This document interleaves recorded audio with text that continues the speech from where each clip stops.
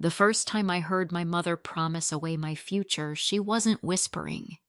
She was standing inside my bank, smiling at my younger sister, saying, "The down payment is already yours."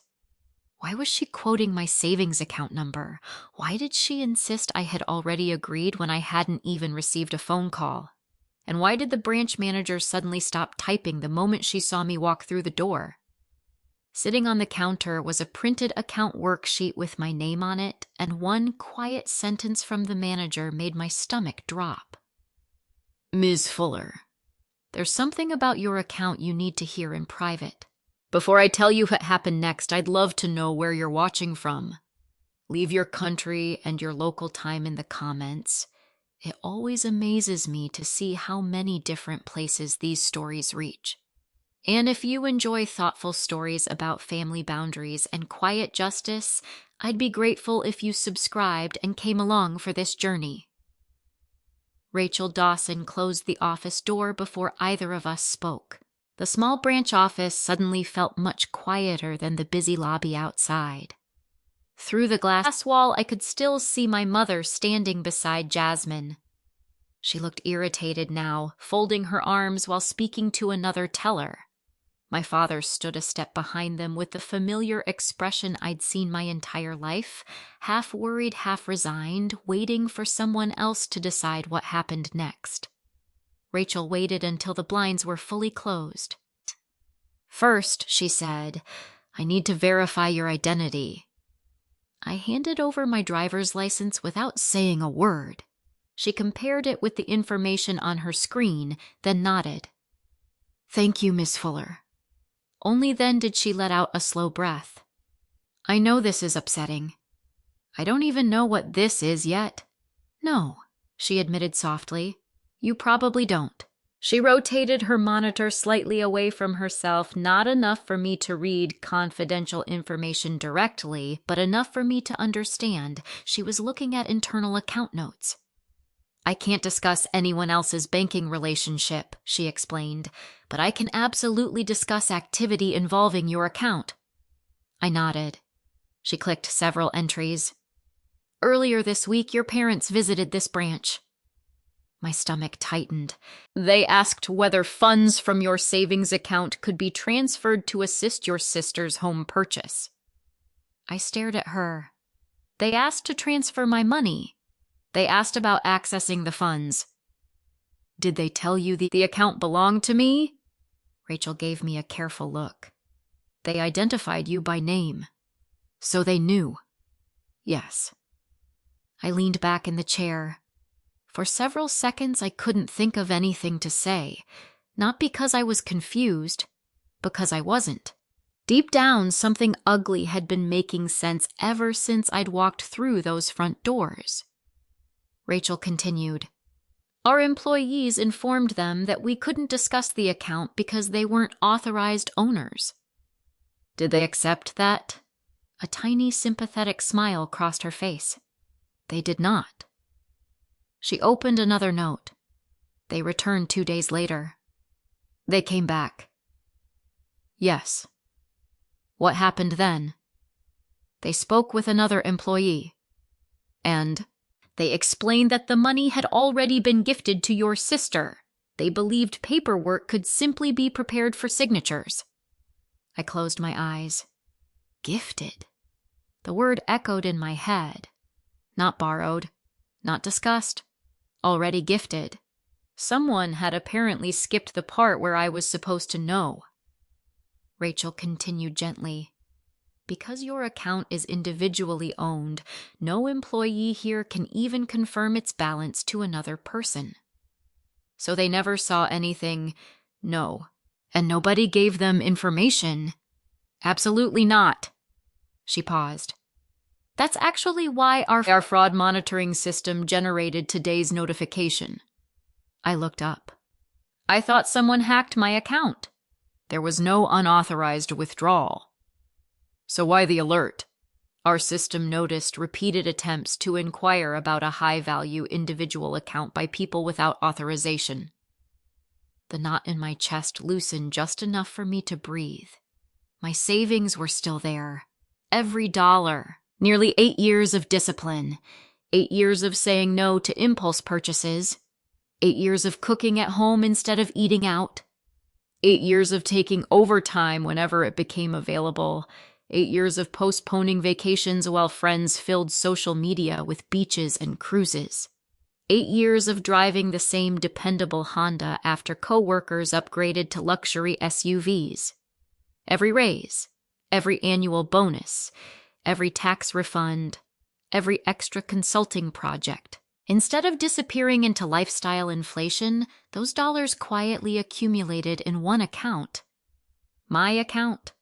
Nobody had ever contributed to it. Not my parents, not Jasmine, not anyone.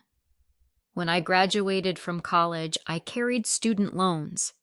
I never asked my parents to help. When my transmission failed at 26, I worked weekends until it was paid off. When rent increased, I found freelance financial analysis projects at night instead of complaining. I built that down payment one spreadsheet at a time. Ironically, numbers had always made more sense to me than people. I could explain compound interest to strangers. I couldn't explain why my family believed my sacrifices automatically belonged to everyone else. Rachel interrupted my thoughts.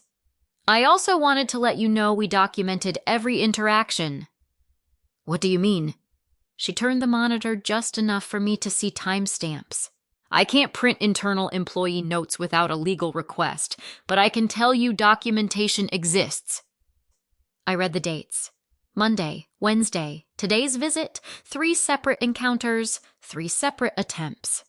This wasn't an emotional conversation that had gotten out of hand. It wasn't a misunderstanding during Sunday dinner. It wasn't my mother making an awkward suggestion. It had become a plan carried out over several days. A plan built on the assumption that eventually someone at the bank would simply help them, or that I'd quietly sign whatever appeared in front of me. My phone buzzed. Unknown number. I answered. Hello. Hi, Kristen. This is Monica Reynolds from Horizon Mortgage. Her cheerful voice contrasted sharply with the conversation I was having. I just wanted to confirm everything is still on schedule for your closing next Friday. Yes. You've already completed the final underwriting conditions. Good. We'll send the closing disclosure Monday. I hesitated. My funds are still secure, right? As far as we're concerned, absolutely. She laughed lightly. You've probably prepared better than 99% of our buyers. That sounded like me. Prepared, organized, predictable, the responsible daughter, the dependable employee, the one everyone called whenever something went wrong. Growing up, I didn't resent helping. I actually liked being useful. When Dad's truck needed repairs years ago, I quietly covered the deductible. When Mom needed unexpected dental work before Medicare kicked in, I paid the balance without mentioning it again.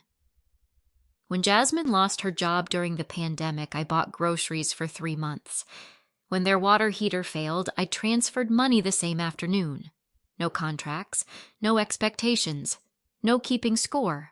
I did those things because I loved my family. Apparently, somewhere along the way, kindness had been reclassified as obligation. Rachel's phone rang briefly before she silenced it. I'm sorry. It's okay. She looked at me for a long moment. May I offer one piece of advice, not as a banker, just as someone who's watched families go through difficult situations? I nodded.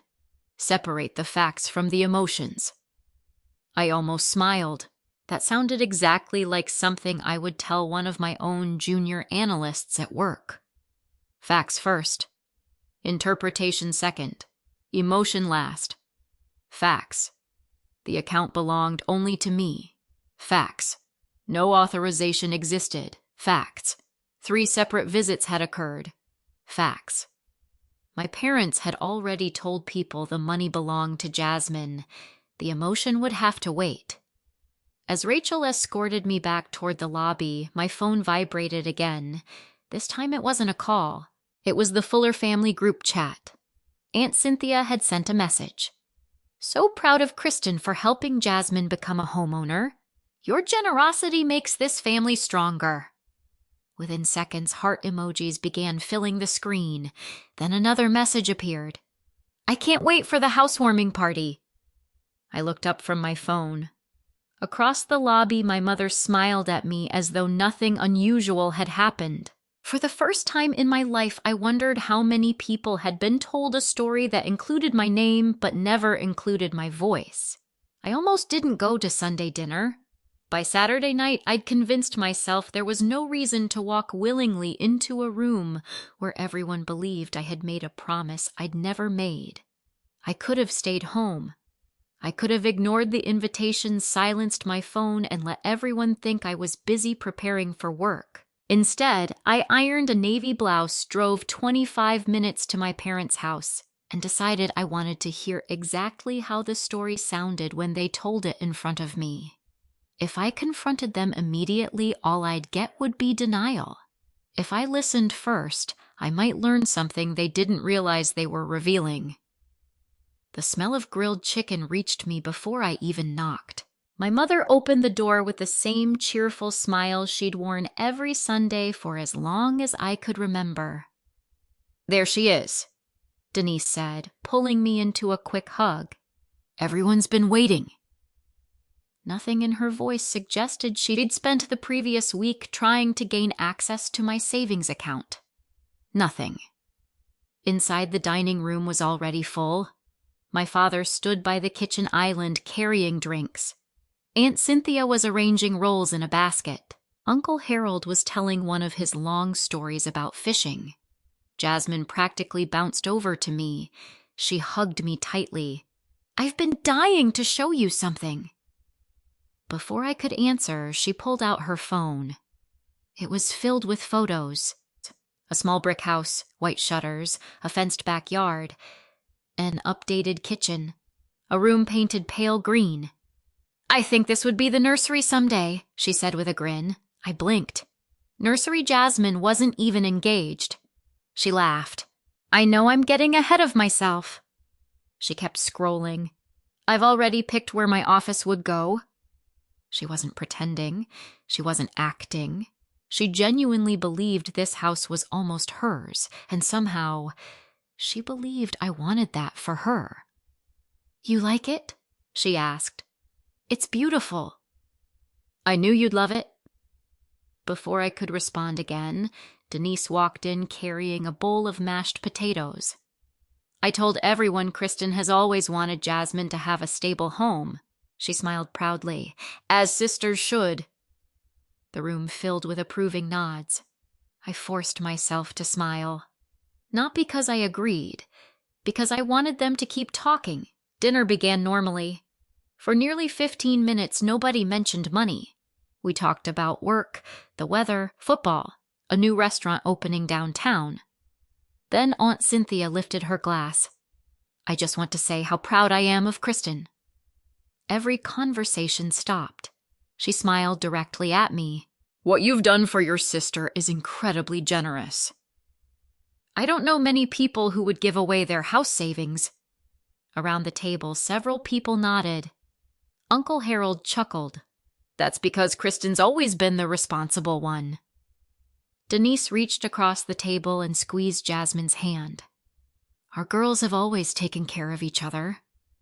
Something about that sentence made my stomach tighten, not because it was completely false, because it contained just enough truth to sound believable. Growing up, I had taken care of Jasmine. When she forgot school projects, I stayed up helping. When she struggled in algebra, I tutored her. When she needed rides during college, I drove. When she lost jobs, I covered groceries. I had taken care of her, but I had never promised her my future. Jasmine looked at me. "I seriously don't know how I'll ever thank you." I met her eyes. "When exactly did Mom tell you this?" She looked confused. "What? When did she tell you I'd be paying your down payment?" Jasmine frowned as if trying to remember. "A while ago." "How long?" I don't know, Denise answered before Jasmine could. It doesn't matter. I smiled politely. I'm just curious. There isn't anything to be curious about. I think there is. The room became noticeably quieter. I kept my voice calm. No arguments. No accusations. I honestly just want to understand. I turned back toward Jasmine. When did you first hear it? She thought for several seconds. Maybe 6 weeks ago. 6 weeks. 6 weeks before my closing. Long before anyone had spoken to me. Interesting. And who told you? She looked surprised by the question. Mom. I nodded once. What exactly did she say? Denise interrupted again. Kristen. I looked at her. I'm asking Jasmine. Jasmine shrugged. You said you'd saved enough for your house, but you wanted me to have the money instead because I'd need it sooner. Silence. I let those words sit in the room. Then I asked another question. Did you hear me say that? Jasmine blinked.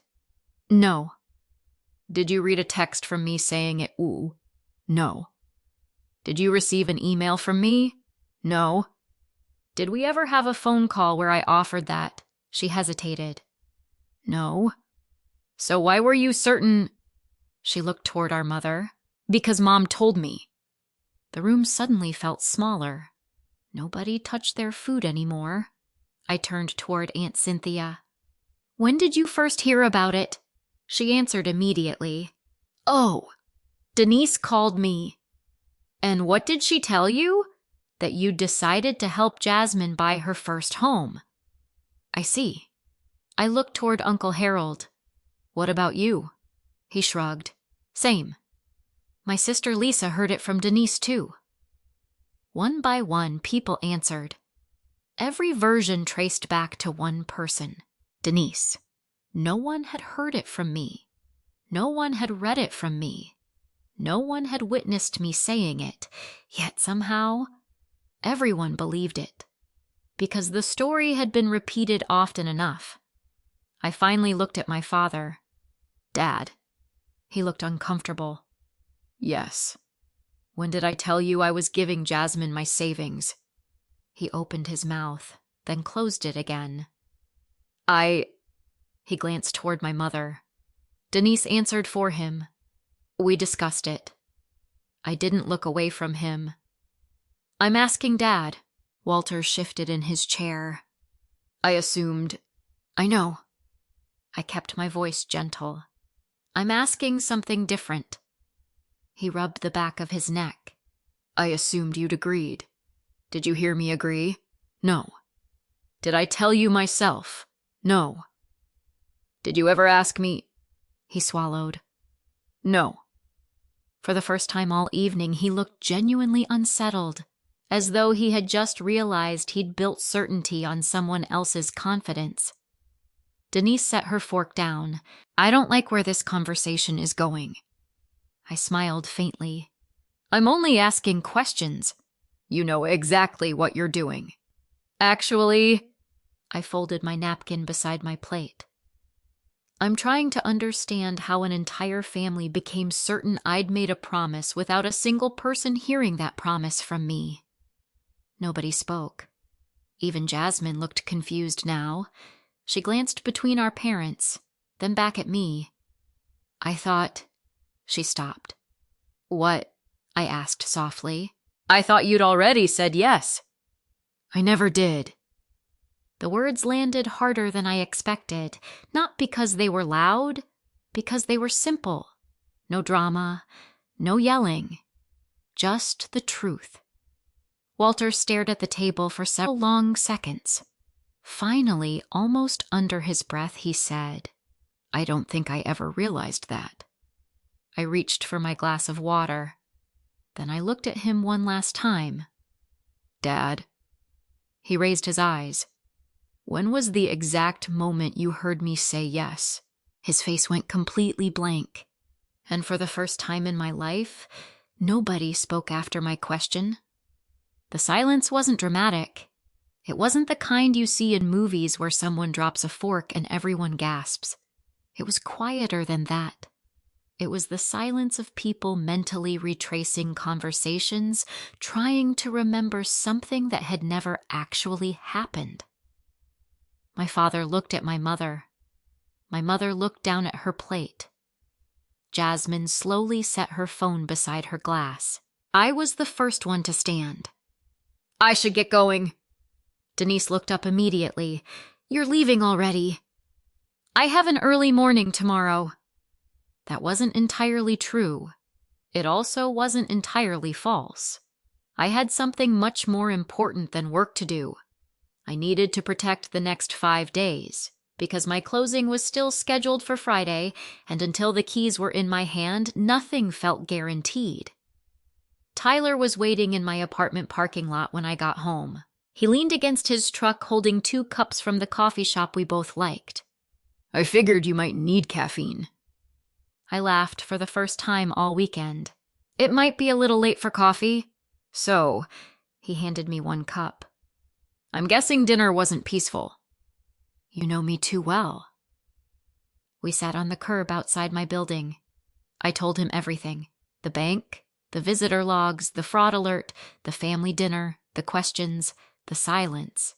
He listened without interrupting. When I finally finished, he asked only one thing. "What are you going to do now?" "I buy my house. And after that? I don't know yet." He nodded. "I think that's the right order."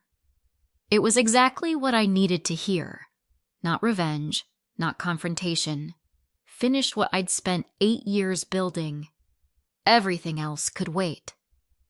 Monday morning, I arrived at work earlier than usual. Financial reports had always been comforting to me.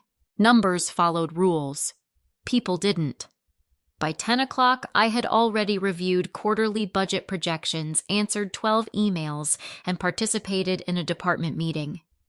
Outwardly, nothing had changed. Internally, I replayed Sunday's dinner over and over. Every answer, every hesitation, every interruption. Especially one detail. Nobody, not even my father, could remember hearing me agree. That mattered. Facts mattered. At lunchtime, I stepped outside and called Attorney Lauren Mitchell. Her receptionist answered immediately. "Ms. Mitchell can see you at 2:30 if that works." "It does." Lauren's office occupied the 3rd floor of a brick building near downtown Charlotte. Nothing about it felt intimidating. Bookshelves, soft lighting, a conference table, certificates neatly framed on the wall. She greeted me with a firm handshake. "Kristen, yes, please come in." After introductions, she asked me a question I appreciated. "What outcome are you hoping for?" Not who do you want to sue, not who do you want arrested. Simply, what outcome are you hoping for? I want to buy my house. She smiled.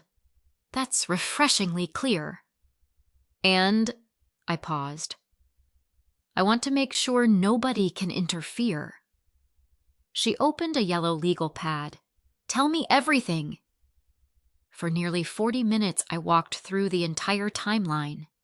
The savings account, the attempted access, the fraud notification, the family dinner, the false story. She rarely interrupted, only occasionally asking for dates or clarification. When I finished, she organized her notes into a neat stack. "First," she said, "let's separate legal issues from family issues." I almost laughed. Rachel had given me nearly the same advice. Lauren continued, "Legally speaking, your savings account belongs solely to you." "I know, but it's important you understand exactly what that means." She pulled a blank sheet of paper toward us. "If 2 names are on an account, either owner may generally access the funds." She wrote joint ownership, then crossed it out. "That isn't your situation." She wrote another heading, individual ownership. "When an account belongs to one person, nobody not parents, siblings, or future spouses has authority simply because they're family." She looked directly at me. "Not unless you've granted that authority." "I haven't." "I know," she continued. They also cannot create authority by saying you've agreed. I felt tension leave my shoulders. Somewhere deep inside me, I'd worried there might be a loophole, a technicality, something I didn't understand. Lauren shook her head. Ownership isn't determined by family expectations, she smiled gently. It's determined by law. That simple sentence settled something inside me. For the first time since Saturday, I felt solid ground beneath my feet. What about my mortgage? Let's discuss that. She pulled another document from a folder. When buyers receive money from someone else for a down payment, lenders usually require what's called a gift letter. I've heard of those. The donor signs a document stating the money is truly a gift and doesn't have to be repaid. I don't have one. You don't need one. She smiled. Because you're using your own money. Exactly. If someone suddenly tried to claim your funds belonged elsewhere, your lender would immediately ask questions. So there are safeguards. Several. She leaned back. I'd also recommend enabling additional identity verification before closing. I already use two-factor authentication. Excellent. We'll add verbal security instructions as well. She dictated a short list. Extra-verbal password. Written instruction requiring direct confirmation. No telephone changes without verification. Additional identity review before wire instructions. Simple. Practical. None of it dramatic. Exactly the kind of protection I preferred. Before leaving, Lauren handed me a folder. I also recommend something else. What? Document every interaction from this point forward. You mean texts. Everything. She counted on her fingers. Texts. Emails. Voicemails. Dates. Who was present? What was said? Don't document because you're planning a lawsuit. She pawed. Document because memory changes when conflict begins. As a financial analyst, that made perfect sense. Good records protected everyone. Facts became more valuable as emotions became louder. When I left her office, my phone buzzed. Mom. I let it ring. She called again, then again. Finally, she left a voicemail. Kristen, sweetheart, I think we got off on the wrong foot yesterday.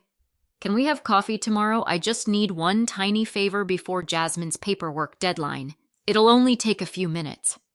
One tiny favor. My instincts immediately tightened. Not because of what she said, because of what she didn't. She never mentioned the favor. She never mentioned the paperwork. She never explained why it couldn't wait. I called Tyler. I think my mom wants me to sign something. What makes you think that? She said there's paperwork. What kind? I have no idea. He was quiet for a moment. Then promise me something. What? Don't sign anything you haven't read completely. I smiled. You know I'd never do that. I know. Another pause. But sometimes the hardest documents to read are the ones handed to us by people we trust. That sentence stayed with me all evening. The next morning, another message arrived from my mother. Coffee tomorrow. Just us. Everything will be easier after one signature. I read those last 4 words 3 times. One signature. After everything Rachel and Lauren had explained.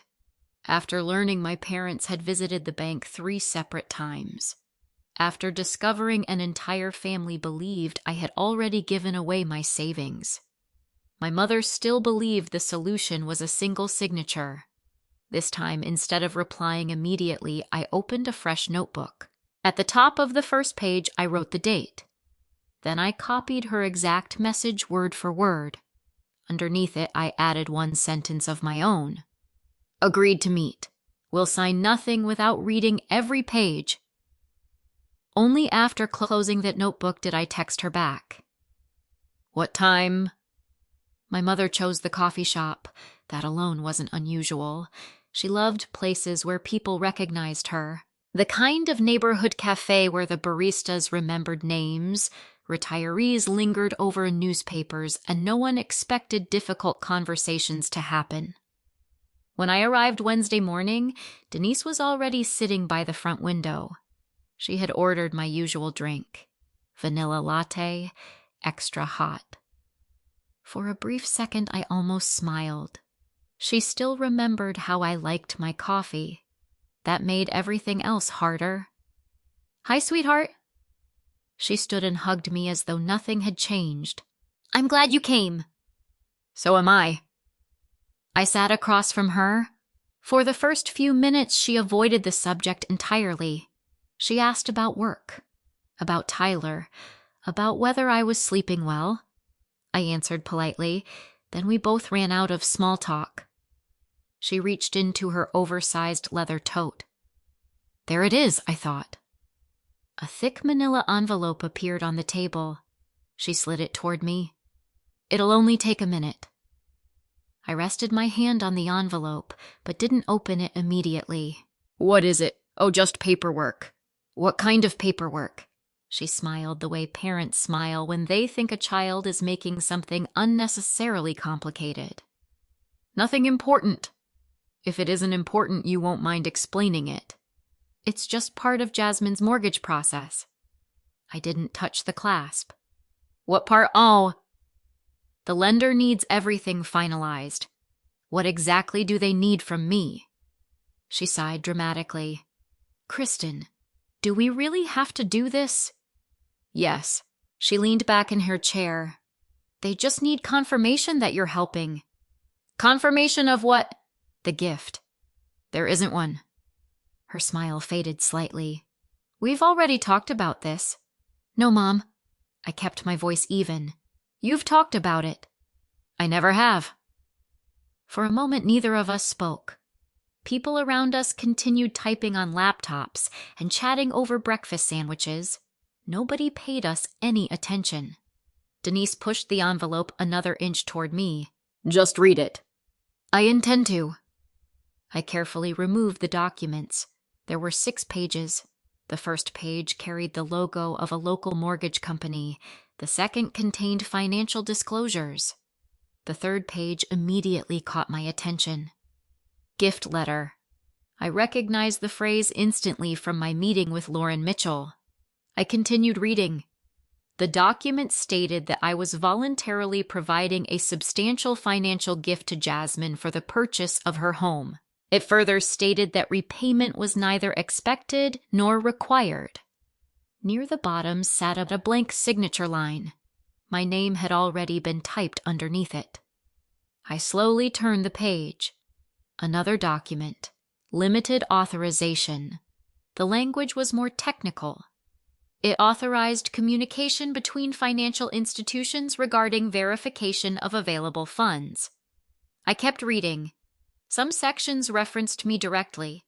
Others referenced Jasmine. One paragraph granted permission to verify account information connected with the proposed gift. Not to transfer, not withdraw, verify. But I understood exactly why Lauren had warned me to read every word. Verification today could become pressure tomorrow. I looked up. "When did you get these?" "The lender sent them. To you. To Jasmine." "And why are you bringing them instead of Jasmine?" Denise hesitated. "She's working." "Does she know what's in here?" "Of course."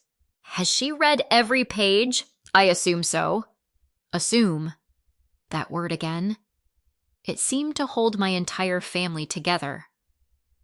I reached into my purse, pulled out my reading glasses, then calmly reread every page, this time even slower. Denise tapped the table impatiently. "You don't need to analyze every sentence." "I do. It's just standard paperwork." "For someone actually giving a gift." Her jaw tightened. "You are giving a gift." "No." "You promised." "I didn't." "You've always helped your sister."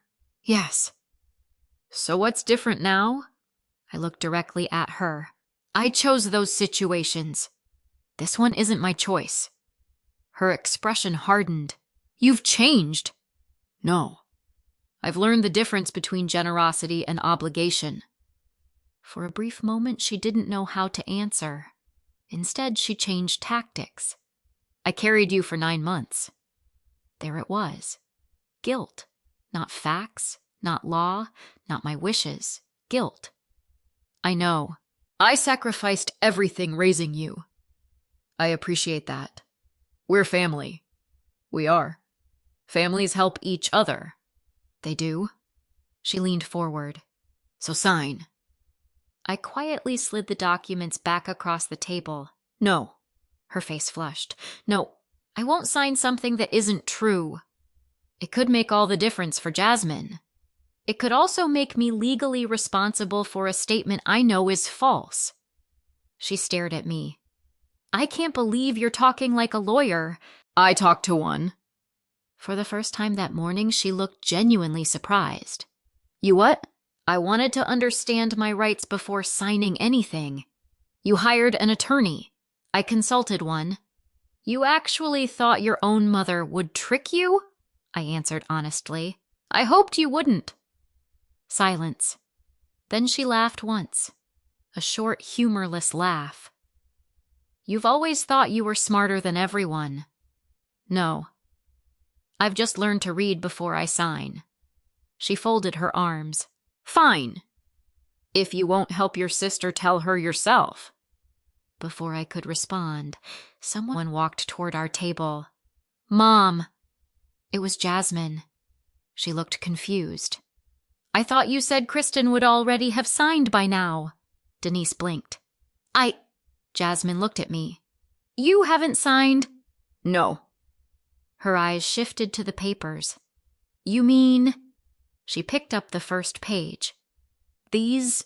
You've never seen them?" I asked. She frowned. "I've seen the purchase agreement. I've never seen these." She quickly flipped through the pages. Her expression slowly changed.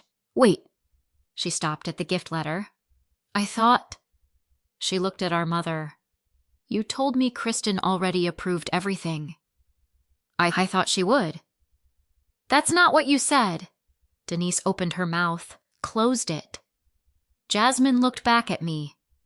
"So, you were never planning to transfer the money?" "I never offered it." Her shoulders dropped. She sat down heavily. "I already signed a contract." "I know." "My earnest money is already deposited." "I know." "The builder's expecting the rest of the down payment next week." I nodded slowly. She whispered almost to herself, "I thought it was already handled." For the first time since all of this began, I didn't see entitlement in my sister's face. I saw panic, real panic. Not because she wasn't getting my money, because she had built major financial decisions on information she'd trusted without verifying. Just like Dad, just like Aunt Cynthia, just like everyone else. Denise finally spoke. "There has to be another way." I looked at her calmly. "There was." "What?" "Asking me." She looked away. Nobody spoke for nearly 30 seconds. Then my phone buzzed. A text from Tyler. "Everything okay?" I glanced at the screen before slipping the phone back into my purse. Across the table, Denise hurriedly gathered the paperwork. As she stacked the pages together, one additional sheet slid out of the envelope and landed on the floor. I bent down to pick it up. It wasn't part of the mortgage package. It was a printed email. Across the top, I immediately recognized the sender. Rachel Dawson, the branch manager. My eyes caught one sentence before Denise quickly reached for it. "We cannot provide any information or access because Ms. Kristen Fuller's account has only one legal owner." I looked up slowly. My mother froze. She hadn't just visited the bank. She had emailed the branch afterward, and she'd received the exact same answer, which meant she hadn't accidentally misunderstood the rules. She had known them long before she sat across from me asking for my signature. I watched my mother fold the printed email as quickly as she could. Too quickly. The movement itself told me everything. If it had been an innocent misunderstanding, she would have handed me the page. Instead, she tried to slide it back into the envelope before I could read another line. I didn't stop her. I didn't reach across the table. I didn't argue. There was no need. For the first time, I knew with complete certainty that she had been told the truth long before any of us sat down for Sunday dinner. She hadn't mistaken the bank's policy. She had chosen to ignore it. I stood. "I have to go." Denise looked alarmed. "Kristen, don't walk away." "I have a closing in 2 days. You're really going through with this?" I blinked. "I've been going through with it for 8 years. Jasmine looked from me to our mother. "Mom?" Her voice was quiet now.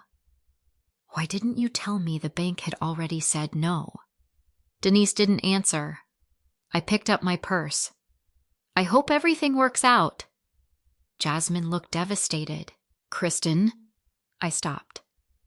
"I know you didn't write these papers." She swallowed hard.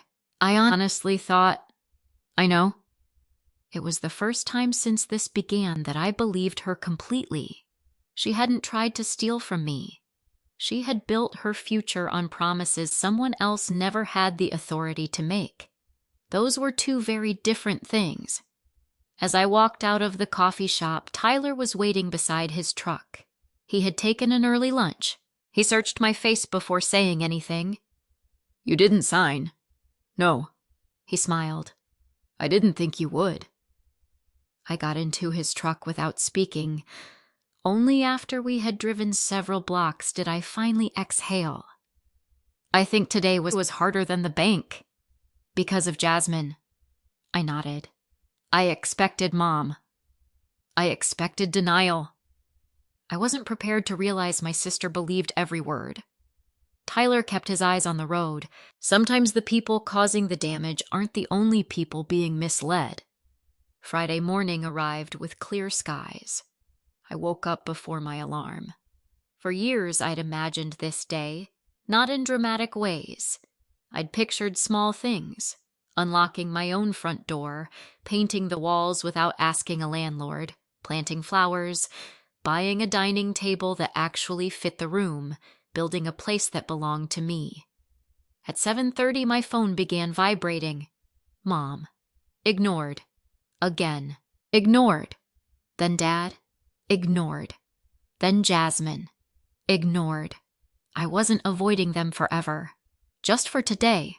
Nothing, not guilt, not panic, not another emotional conversation was going to interfere with the closing.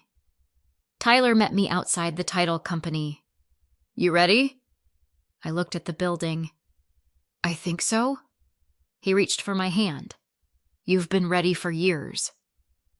Inside, Monica Reynolds greeted us with the same warm professionalism she'd shown throughout the mortgage process. "Good morning, Kristen," she smiled. "Congratulations." Lauren Mitchell arrived a few minutes later carrying a slim folder. "You made it." "I did." She glanced at my expression. "No new surprises. Not since Wednesday." "Good." We sat around a polished conference table. Stacks of documents waited neatly organized into folders.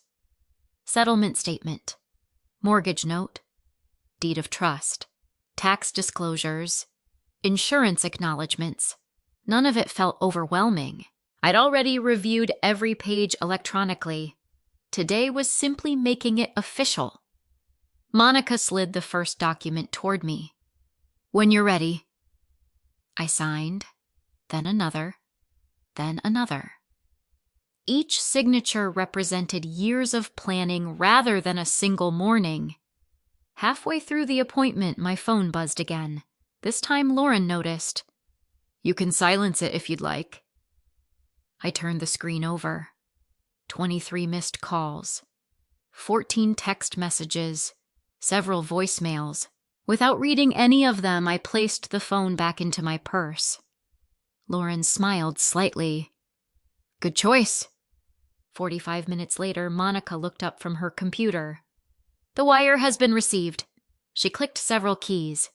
"Everything has funded." Then she smiled. "Kristen Fuller." She slid a small envelope across the table. "You're officially a homeowner." For a moment, nobody spoke. I looked at the keys resting in my palm. They weren't particularly beautiful, just ordinary silver keys attached to a simple plastic tag. But I'd never held anything that represented so many years of discipline. Tyler quietly squeezed my shoulder. "I'm proud of you." I laughed. Then unexpectedly, I cried. Not because of the house. Because for the first time in my adult life, I realized I no longer needed anyone's permission to build my own future. After taking a few photos outside the title company, Tyler and I drove to the house. It still smelled like fresh paint. Sunlight poured through the living room windows. The hardwood floors reflected the afternoon light. I walked from room to room without speaking. The kitchen, the bedrooms, the small office I'd dreamed about, the backyard. It wasn't enormous. It wasn't luxurious. It was simply mine. Tyler was measuring the living room with his phone when mine vibrated again. This time I looked. Mom. 31 missed calls. Dad. 9. Jasmine. 6. Then the messages. Denise. I hope you're happy. Denise. Do you understand what you've done? Denise, you embarrassed this family. Another. Because of you, Jasmine may lose the house. Another. Everyone knows you chose money over your sister. I kept scrolling. Finally, I reached Jasmine's messages. Kristen. Can we talk, please? I didn't know. Another. Mom told me everything was already approved. Then another. She's saying this is your fault because you changed your mind. I stared at the screen, changed my mind. There it was again, the rewritten version of events. Not Kristen never agreed. Instead, Kristen agreed and backed out. One version protected my mother's choices. The other required accountability. My phone rang again. Dad. This time, I answered. His voice sounded older than it had just a week before. Kristen. Hi, Dad. There was a long silence. Finally, he spoke. I know today was your closing. It was. I'm happy for you. Thank you. Another silence. Then he quietly said something I'd waited my entire life to hear. I think your mother was wrong. I closed my eyes. He continued. I didn't understand everything until today. What happened? Jasmine confronted your mother after you left the coffee shop. And there were things I didn't know. His voice cracked slightly. I need to explain them to you. When would you meet me tomorrow? Just us. I looked around my empty living room. The walls echoed. The afternoon sun stretched across the hardwood floor. For the first time, I was standing inside a home built on my own decisions. Maybe that was exactly why I finally felt strong enough to hear whatever my father had been avoiding for years. I'll meet you. Where? The park near Independence Boulevard. He exhaled slowly. Thank you. After we hung up, I stood quietly in my new living room. Some victories feel loud. This one didn't. It felt peaceful, but something in my father's voice told me the story I'd been living wasn't only about one savings account. It was about years of decisions I had never been allowed to see. And tomorrow he was finally ready to tell me the rest. The next morning I arrived at the park 15 minutes early. It wasn't because I was eager. It was because I wasn't sure my father would actually come. For most of my life, Dad had been reliable in practical ways. If your tire blew out, he'd show up with a jack before you finished explaining where you were. If your sink leaked, he'd arrive carrying a toolbox. But emotional conversations, those belonged to Mom. Or more accurately, they belonged to whatever version of events Mom had already decided was true. I found an empty bench beneath a large oak tree overlooking the walking trail. Children played near the playground. A couple jogged past with their dog. Life moved normally around me. Mine didn't. At exactly 10 o'clock, Walter's old pickup rolled into the parking lot. He stepped out holding 2 paper cups of coffee. He smiled awkwardly. "I remembered." I looked at the cup. "Extra hot." He nodded. "You've always liked it that way." It struck me how strange families could be. Sometimes people remembered the smallest details about you, while completely overlooking the biggest ones. He sat beside me. For nearly a minute, neither of us spoke. Finally, he handed me my coffee. "I owe you an apology." I waited. "I should have asked questions years ago."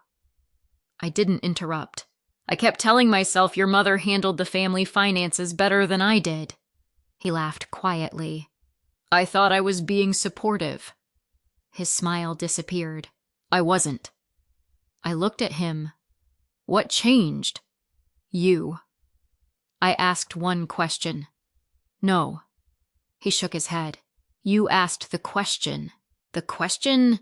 When did you actually hear me say yes? I couldn't answer it."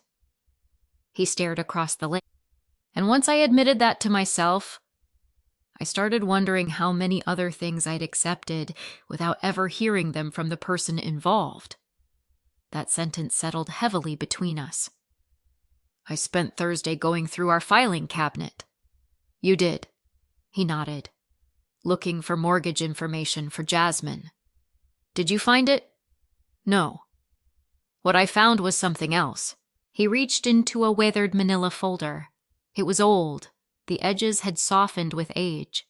Inside were neatly organized papers. He handed me the first page. My eyes immediately recognized my own name. Transfer confirmation, 7 years earlier, $5,000. Recipient Walter and Denise Fuller. I looked up. "I forgot about this." "I didn't." "You needed a new roof." He nodded. "I remember." "We couldn't qualify for the repair loan. I transferred the money that afternoon." He carefully slid another document toward me. 3 years later. Emergency plumbing repair, $2,100. I remembered that one too. Then another. Hospital deductible, another. HVAC replacement, another. Jasmine's rent after losing her job, another. Car repairs, one after another, neatly dated, carefully filed. Every transfer I'd ever made to help my family. I never asked for any of this back. I know. I never even kept copies. I did. I looked at him. "Why?" He sighed. "Because I always intended to repay you someday." I believed him, not because of the words, because of the records. Each transfer had a handwritten note in the corner. Roof, medical, Jasmine, emergency, temporary. Every page reflected gratitude rather than entitlement. "So what happened?" I asked quietly. His shoulders dropped. "Life." He looked embarrassed. "There was always another emergency, another bill, another reason to wait." I nodded slowly. "I wasn't keeping score." "I know." He rubbed at his forehead. "But your mother—" He stopped. "What about Mom?" Walter took a deep breath. "Somewhere along the way, she stopped seeing your help as help." I waited. "She started seeing it as part of the family budget." The sentence landed harder than I expected. "Explain." "If the water heater failed, we'd ask Kristen. If Jasmine came up short, Kristen usually helped. If medical bills appeared, Kristen found a way." He looked ashamed. "Eventually, it stopped feeling like asking. It started feeling available." I stared at the folder in my lap. "I became predictable." "Yes." And predictability turned into expectation. His eyes filled slightly. "I'm afraid so." For several minutes, neither of us spoke. Wind moved through the trees. A squirrel darted across the path. Life kept moving. Then Walter pulled out another folder. This is the part that really bothered me. Inside were printed spreadsheets, household budget, household expenses, monthly planning. At first they looked ordinary. Then I noticed a category, potential family support. My stomach tightened. Several rows listed possible future expenses: roof maintenance, medical, holiday travel, Jasmine vehicle repairs, childcare, and then Kristen's savings. Beside it was a handwritten note. Emergency option if necessary. I looked up so quickly the paper slipped from my lap. What is this? Walter closed his eyes briefly. I asked your mother the same thing. When was this written? About 4 years ago. 4 years, he nodded. I didn't remember it until I found the notebook. I picked it up again. Emergency option. Not emergency fund, emergency option. As though I wasn't a daughter. I was a financial strategy. My father spoke quietly. I argued with her. You did. For the first time in years. What did she say? He swallowed. She said, Kristen always lands on her feet. I laughed once. A bitter laugh. That's supposed to be a compliment. I know. But it became permission. He looked directly at me. Your mother convinced herself you wouldn't really be hurt. Because I'd recover. Yes. I thought back over the years, working overtime, taking consulting projects, driving an older car, skipping vacations. Everyone praised my discipline. Nobody asked why I needed to be so disciplined. Because every time I finally got ahead, someone else had fallen behind. And somehow, those two events became connected. Walter reached into the folder one final time. This is the thing I almost didn't show you. It was a printed email chain, several years old, subject family emergency. The messages were between my parents. One line had been highlighted. If things get worse, Kristen still has that emergency savings account. She'll understand. I read it twice. 3 times. Then I noticed the sender. Denise. Not recently, years ago. Long before I started saving for the house. Long before the current crisis. Long before anyone ever mentioned a down payment. The idea hadn't begun with my house fund. It had begun with the belief that whatever I built could eventually become available. Walter looked exhausted. I should have stopped it then. You didn't. No. Why? He didn't defend himself. He didn't make excuses. He simply answered. Because I confused keeping peace with doing the right thing. The honesty in that sentence hurt more than another lie would have. He wasn't asking me to forgive him. He wasn't asking me to forget. He was finally telling the truth. I carefully placed every document back into the folder. May I keep copies? They're yours. I nodded. Thank you. He looked relieved. I don't know if this fixes anything.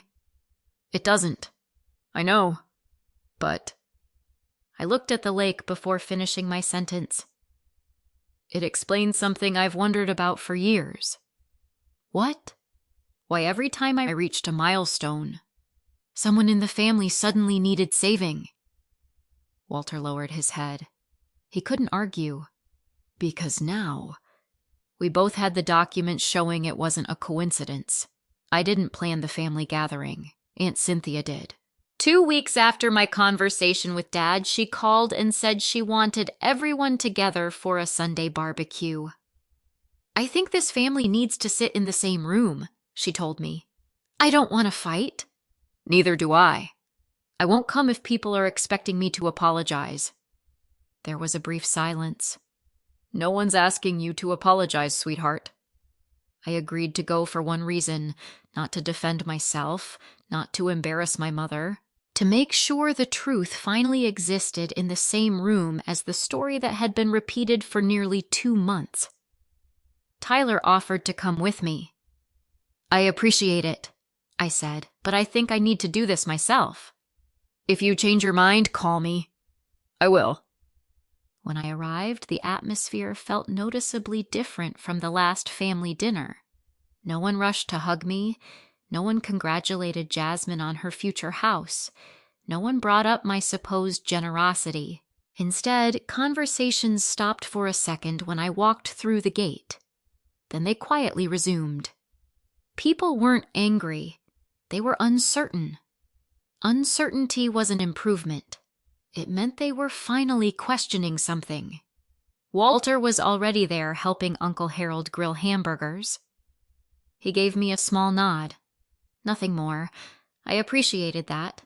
He wasn't trying to perform support in front of everyone. He was simply acknowledging me.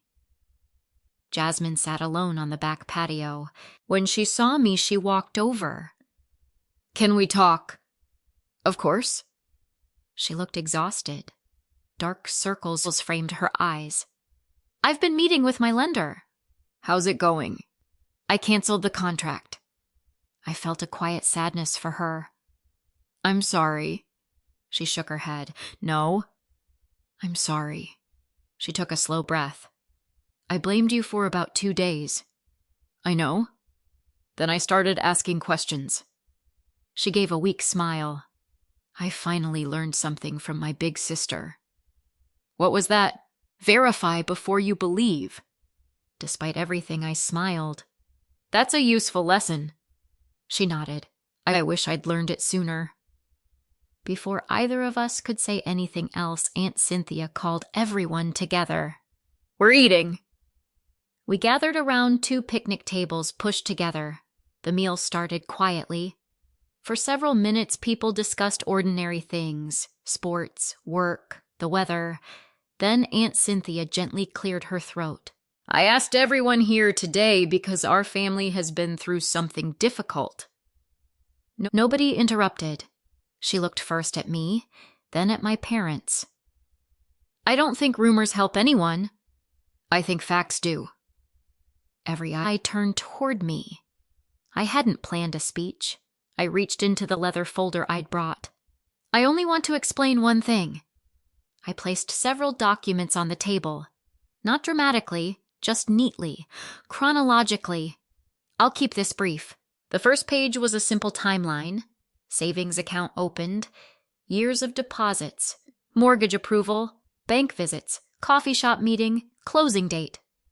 I spoke calmly. "My account has always belonged only to me." I slid forward another page. The bank confirmed that no one else had authorization. Then another. The bank also documented multiple attempts to inquire about the account. I didn't mention names. I didn't need to. Everyone already knew. Next came screenshots from the family group chat. "I never announced I was giving away my down payment." I pointed toward the first congratulatory message. This story appeared here before anyone ever spoke to me. Aunt Cynthia quietly adjusted her glasses. "I didn't know that." "I know. I believed what I was told." "So did everyone else." Walter finally spoke. "That's true." His voice carried across the table. "I believed it too." He looked directly at his relatives. "And I was wrong." Silence settled again, not uncomfortable this time, reflective. Then I removed one more document.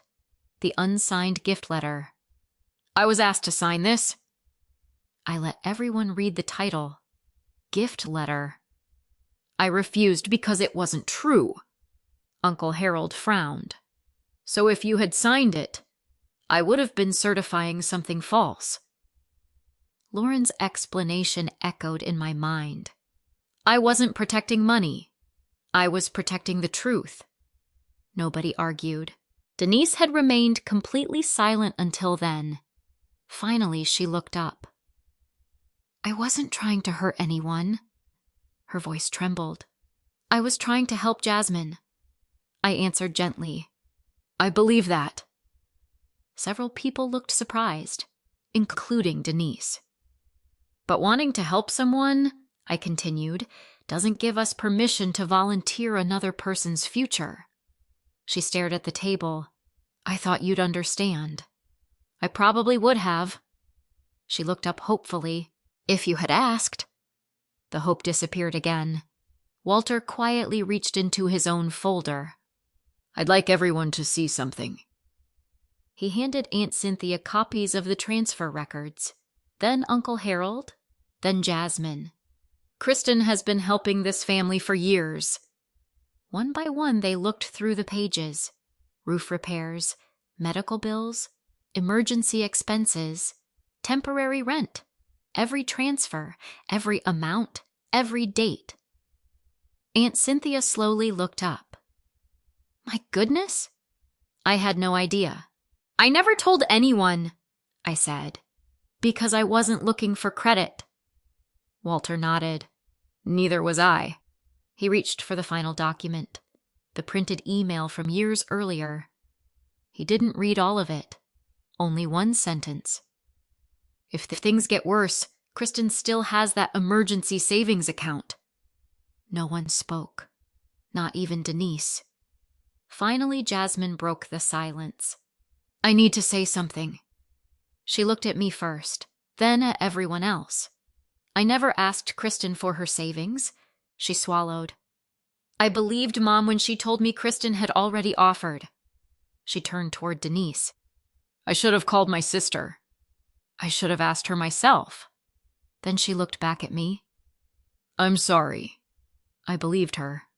Not because it erased everything, because accountability sounded different from excuses. Denise wiped tears from her eyes. I only wanted both of my daughters to have good lives. You still can, I said softly, but not by deciding one daughter's sacrifices belong to the other. She covered her face with her hands. For the first time since this all began, she stopped defending herself. She stopped explaining. She simply cried. Nobody comforted her immediately, not out of cruelty, out of respect. Some consequences shouldn't be interrupted. After several long moments, Denise quietly stood. I think, she struggled to finish, I should go. Walter looked at her. Do you want me to come with you? She shook her head. No. Then she looked at me. I don't expect forgiveness today. I nodded once. You shouldn't. She accepted the answer. Without another word, she picked up her purse and slowly walked toward her car. No one stopped her. No one chased after her. We simply watched her leave. As the sound of her engine faded down the street, the backyard became unusually quiet. Then Aunt Cynthia reached across the table and gently touched my hand. I'm proud of you. I smiled politely. Because I kept the money. She shook her head. No! Because you never tried to destroy anyone with the truth. At that moment, my phone buzzed. It wasn't Tyler. It wasn't work. It was an email notification. The sender's name made me pause. Denise Fuller. The subject line contained only 4 words. I was finally wrong. I didn't open my mother's email that day, not because I wanted to punish her, because I'd spent the past several weeks reacting to everyone else's urgency. For once, I wanted to decide the timing. I slipped my phone back into my purse and stayed another hour at Aunt Cynthia's house. The conversation gradually shifted away from the conflict. Uncle Harold complained about rising property taxes. The kids played basketball in the driveway. Someone started passing around peach cobbler. Life almost stubbornly continued. As I drove home, I realized something that would have sounded impossible a month earlier. I wasn't angry. I was tired. There was a difference. Anger demands action. Exhaustion asks for rest. When I pulled into my driveway, Tyler was already there. He had grocery bags balanced on one arm. I guessed you probably hadn't eaten much. I had 1 hamburger. So, he smiled, lifting the bags. I brought enough food for 3 days. I laughed. I think you're planning to move in by refrigerator. I'm easing everyone into the idea. Inside my house, we unpacked groceries in comfortable silence. Neither of us rushed to discuss the family gathering. Instead, we put away vegetables, stacked canned soup in the pantry, and argued over where the coffee mugs should go. It felt wonderfully ordinary. After dinner, Tyler finally asked, "How are you really doing?" I leaned against the kitchen counter. "I think something ended today." "The argument? No. The role." He looked at me. "What role?" "I've spent so many years being the family's safety net that I forgot I never actually volunteered for the job." He nodded slowly. "And now, I resigned." He smiled. "I like the sound of that." "So do I." The next morning before work, I finally opened my mother's email. It wasn't long. "Kristen, I don't know whether you'll read this today or months from now. I've started writing this message 3 different times, and every version sounded like I was defending myself. I'm trying not to do that anymore. I convinced myself I was protecting our family. Somewhere along the way, I stopped asking what protecting you looked like. That was my failure. I kept telling myself that because you always found a solution, asking more from you wasn't really asking too much. I see now how unfair that was. I know saying "I'm sorry" doesn't erase what happened. I only wanted you to know that I'm finally beginning to understand why you couldn't say yes. Mom. I read it twice. Then I closed my laptop. It was sincere. But something was missing. Not accountability, not regret, time. Trust isn't rebuilt because someone writes the right words.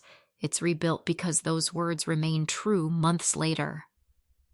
Later that afternoon, another message arrived. This one was from Dad. Attached was a scanned handwritten letter. That alone surprised me. Dad never liked email. His handwriting filled 2 pages. "Kristen, I've apologized to you in person, but I wanted to put it in writing because memories fade. Documents don't. You deserved a father who asked questions sooner. You deserved someone who noticed that helping had slowly become expected. You deserved someone who said, 'Have you asked Kristen before assuming anything? I didn't do those things. I'm ashamed of that.' I'm not asking you to forgive me quickly. I'm asking for the opportunity to become someone you don't have to doubt anymore. Love, Dad." I folded the printed copy and placed it inside my desk drawer, beside my mortgage papers. Not because the 2 belonged together, because both represented commitments. One to a house, the other hopefully to change. 3 weeks passed. Work settled back into its normal rhythm. Boxes gradually disappeared from every room of my house. Tyler helped me assemble bookshelves that somehow came with twice as many screws as necessary. Life became pleasantly boring. Then my mother called. I answered. "Hi." "Hi, sweetheart." She sounded cautious. "I was wondering—" She hesitated. "Would you meet me—" "For what?" "I don't want anything. No paperwork. No favors. I just want to talk." I considered it. "I'll meet you." She exhaled in relief. "Thank you. One condition." "Anything." "We meet somewhere public." "Of course." "And before we sit down." "Yes." "I need you to understand something." "I'm listening." "I'm willing to rebuild a relationship." I paused. "But I'm not rebuilding the old one." Silence. Then quietly, "I understand." "I'm serious." "I know." "There won't be shared financial discussions." "Okay." "There won't be assumptions about my income." "Okay." "There won't be surprise requests for money." Another pause. "Okay. And if I ever say no?" "The conversation ends there." Her voice cracked. "Okay." We met 2 days later in the botanical gardens. No folders, no envelopes, no documents. Just two women walking slowly among late summer flowers. For almost an hour we talked about ordinary things. Her volunteer work, my house, Tyler, the tomatoes she couldn't seem to grow this year. Eventually she stopped walking. I brought something. My shoulders instinctively tightened. She noticed. It isn't paperwork. She smiled sadly. I figured you'd think that. She reached into her purse and removed a small wrapped box. I don't expect you to open it now. What is it? I'd rather you look at it when you're home. I accepted it. It wasn't very heavy. Thank you. She nodded. Then she surprised me. I'll let you go first. What do you mean? For years. She looked toward the walking path. I expected you to make room for everyone else's needs before your own. She met my eyes. I'm learning not to do that anymore. It was a small sentence, but it sounded different from every apology I'd heard before. Not because it focused on the past, because it acknowledged the future. When I arrived home, I placed the unopened package on my dining table. Tyler walked in carrying pizza. He pointed toward it. What's that? I don't know yet. You nervous? A little. I ran my fingers across the wrapping paper. It wasn't expensive. Just plain brown paper with careful tape around the edges. No note attached. No explanation. Only my name. Kristen Fuller. Written in my mother's handwriting. I looked at the package for several long seconds before reaching for the scissors. Something told me whatever waited inside wasn't valuable because of what it cost. It was valuable because of what it meant. For almost a full minute, I simply looked at the package. Tyler didn't rush me. He placed the pizza on the kitchen counter, poured us each a glass of iced tea, and quietly sat across from me at the dining table. Whenever you're ready, he said. I smiled. I think I'm stalling. I noticed. I don't know whether I'm opening a memory or another disappointment. He reached across the table and squeezed my hand. Either way, you're opening it in your own home. That simple reminder steadied me. I cut through the tape and folded back the brown paper. Inside was a worn blue notebook. Nothing more. No jewelry, no check, no dramatic gesture, just a notebook with rounded corners and faded gold lettering. My breath caught before I even opened it. I recognized it immediately. I haven't seen this in years. Tyler looked at the cover. What is it? My savings journal. I carefully turned the first page. My own handwriting, awkward and uneven from when I was a teenager, filled the paper. Age 16. Babysitting $40. Grocery store shift $86. Birthday money saved. Every few pages I'd written little goals to myself. Buy my first reliable car. Graduate without wasting money. Own a home someday. The last sentence stopped me. No one can build my future except me.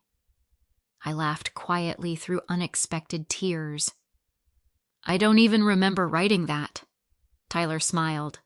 But you lived it. Tucked inside the notebook was an envelope. This time it was addressed simply Kristen. I unfolded the letter. Sweetheart.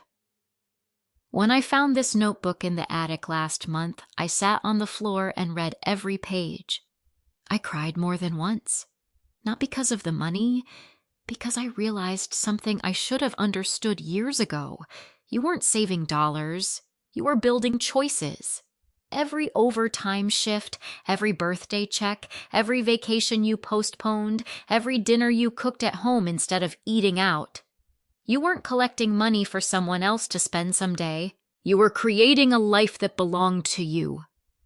Somewhere along the way, I stopped seeing your discipline as something precious. I started seeing it as something dependable.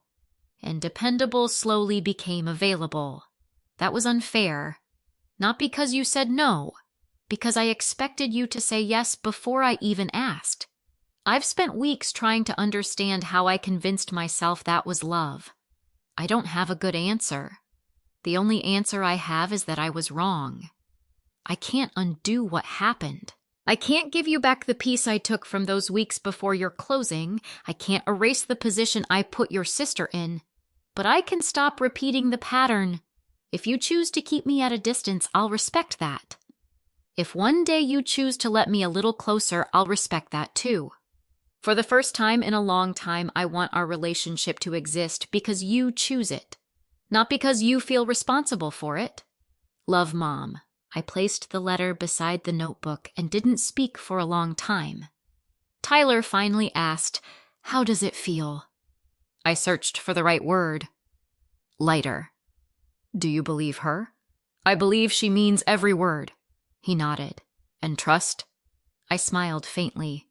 Trust isn't a feeling. It's a pattern.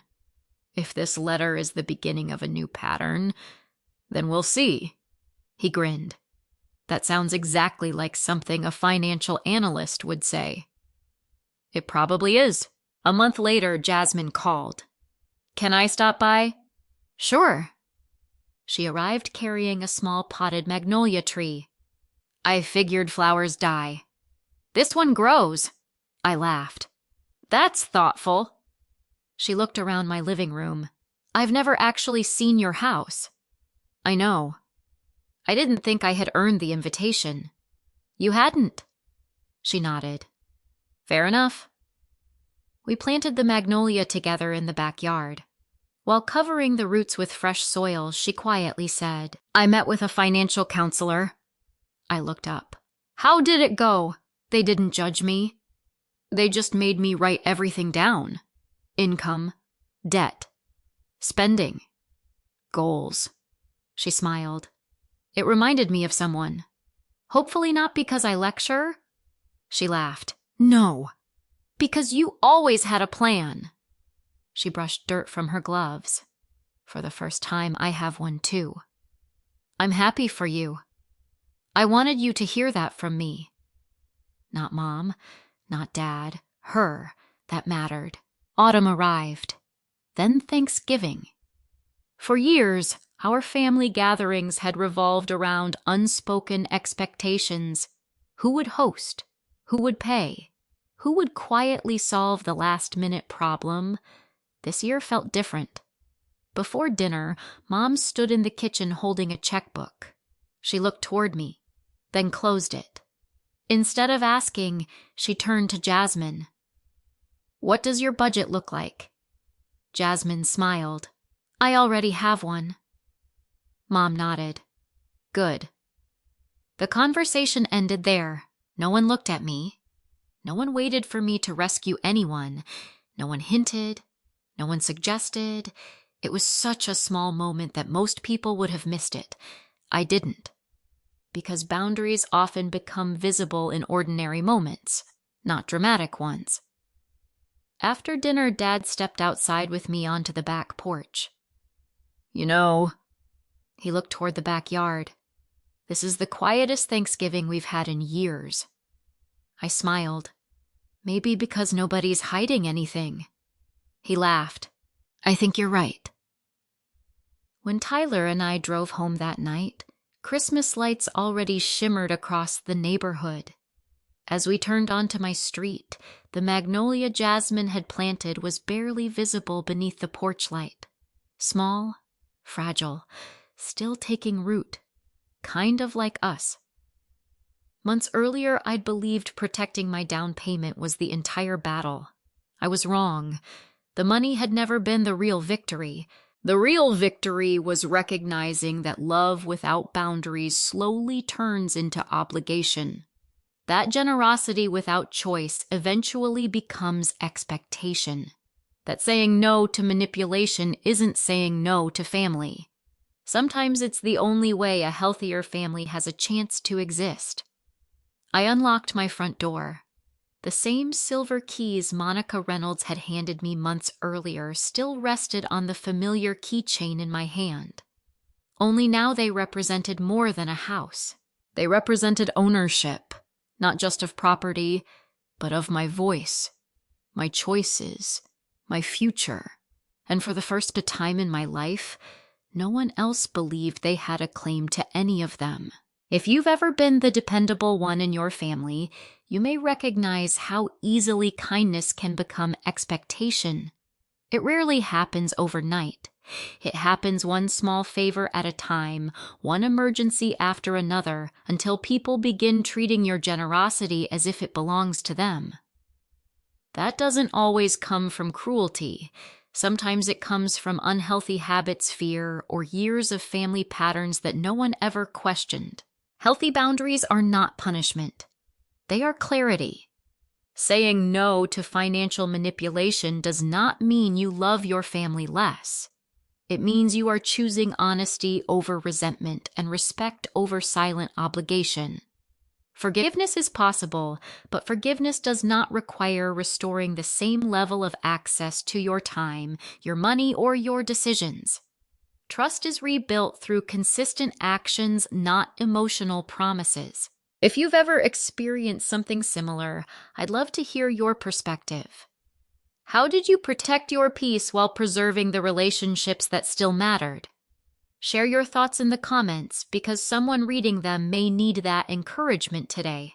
And if stories about family resilience, healthy boundaries, and quiet justice speak to you, I'd be honored if you subscribed and joined us for future conversations.